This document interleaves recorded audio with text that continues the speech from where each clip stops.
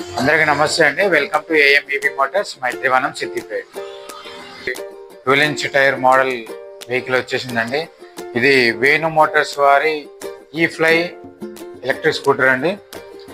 చూడండి, ఇది మనకి ఎక్కడ కూడాను ఎలక్ట్రిక్ వెహికల్ లాగా కనపడదండి. కంప్లీట్ పెట్రోల్ వెహికల్ లుక్ ఉంటుంది.